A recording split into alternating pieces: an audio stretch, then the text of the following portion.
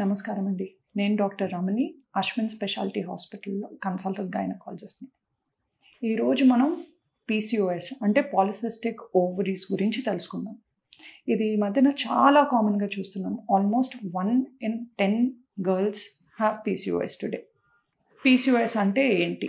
PCOS అంటే polycystic ovary syndrome.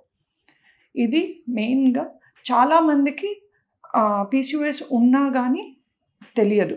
అంటే ఏసిమ్టమాటిక్గా ఉంటారు. వాళ్ళకి ఏం ఫీచర్స్ ఉండవు. రొటీన్గా స్కాన్లో వాళ్ళు for some other reason scan చేసుకోవడం వల్ల వాళ్ళకి ఓవరీస్లో సిస్ట్స్ ఉన్నాయని తెలుస్తుంది.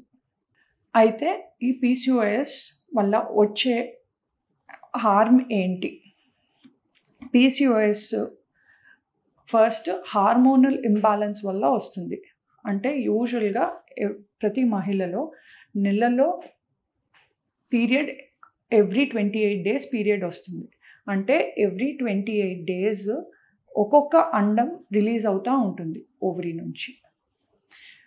ఈ పీసీఓఎస్ ఉండే వాళ్ళలో ఈ అండం రిలీజ్ అవ్వదు. అది పూర్తిగా డెవలప్మెంట్ జరగదు వాటికి. ఈ అండాలు అలా ఉండిపోవడం వల్ల మల్టిపుల్ సిస్ట్స్ ఓవరీలో కనిపిస్తాయి. ఇది ఒక ఫీచర్. రెండోది, వీళ్ళకి నెలసరి కరెక్ట్గా ఉండదు.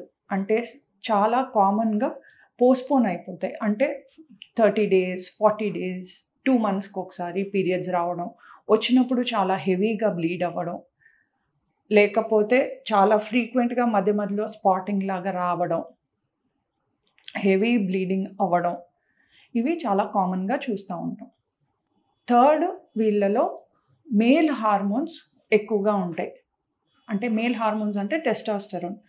దీనివల్ల వాళ్ళకి ఫేషియల్ హెయిర్, అంటే దాన్ని హిర్సుటిజం అంటారు.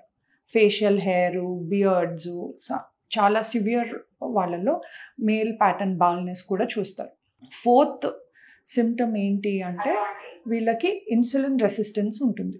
ఇన్సులిన్ రెసిస్టెన్స్ అంటే వీళ్ళు కొంచెం అది ప్రోగ్రెస్ అయితే డయాబెటీస్ అన్నమాట.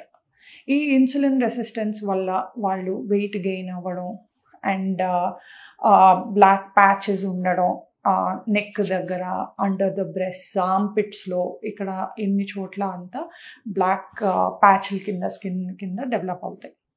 ఇవి వేరియస్ సిమ్టమ్స్ పీసీఓఎస్ వాళ్ళలో ఉండే సిమ్టమ్స్ ఇవి.